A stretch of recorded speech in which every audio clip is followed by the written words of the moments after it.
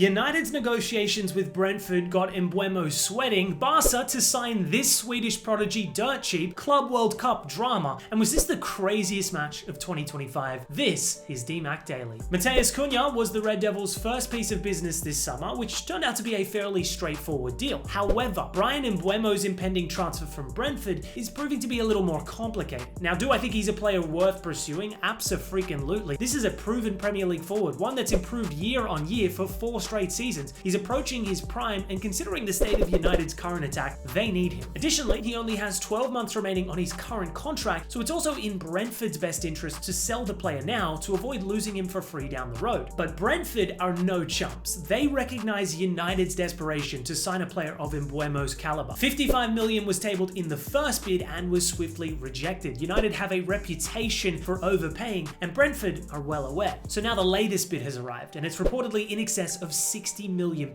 Brentford could demand even more money, but I think they have to be mindful from here onwards. The Bees have played this well, no doubt, but now is probably the time to accept. If not, then the Red Devils need to look elsewhere. They cannot seriously contemplate another bid beyond 65 mil. That would be a legit scam, considering he'd be potentially free next summer. Also, it would only make future negotiations for other targets increasingly difficult. They can't keep overspending on players. Staying in transfer news, and Barcelona is set to sign Sweden's next star boy Rune Bargi from FC Copenhagen for just 2.5 million euros. Football Manager players, if you know, you know, but this is a bargain deal. Bargi made his senior debut at just 16 years, 6 days, and has been a first-team regular ever since. Back in 2023, he famously bagged a match winner against United in the Champions League, and was seen by many as Europe's next big thing. But an ACL blow shortly after has stunted his rise. Now returning to full fitness, he's still viewed in the highest regard, but with his contract set to expire at the end of December, Copenhagen have decided to cash in while they still can. Porto were also seriously interested, but Bargi has been a Barca fan his entire life. This was always his dream move. Where he fits into this Barca team currently, I'm not sure. Put it this way, he ain't replacing Yamal on the right wing, but I don't see him playing with Barca B in the 4th tier. You'd assume he'll either join as a first-team squad rotational player or will be sent out on loan. Regardless though, this is a serious talent, and Copenhagen will be relieved to have at least negotiated a 15% sell-on clause, because this is a player who could become elite one day. Moving to the Club World Cup, and matchday 3 served up a treat. Atletico exited the tournament despite defeating Botafogo as the Brazilians advanced on goal difference, and PSG climbed into top spot following a comfortable victory over Seattle. Meanwhile, Group A was crazy. Palmeiras came from 2 goals down to Inter Miami, earning a valuable draw and first place in the group, whilst Al Ahly and Porto played out arguably the game of the tournament in a 4-4 goal fest. Crazy to see 2 European teams already eliminated in the group stages. So an all-Brazilian affair with Palmeiras set to take on Botafogo, and Messi gets a reunion with his former club as PSG meet Inter Miami. And finally, the Euro U19 semi-final may have just been the craziest game of 2025. It was 2-1 to Spain heading into the 90th minute, but would end at 3 goals apiece, sending the contest into extra time, where it would eventually finish 6-5 to Spain. A truly insane fixture. Spain's Pablo Garcia bagged 4 goals, including an Olympico. Incredible scenes. Anyways, that's today's DMAC Daily. See you tomorrow.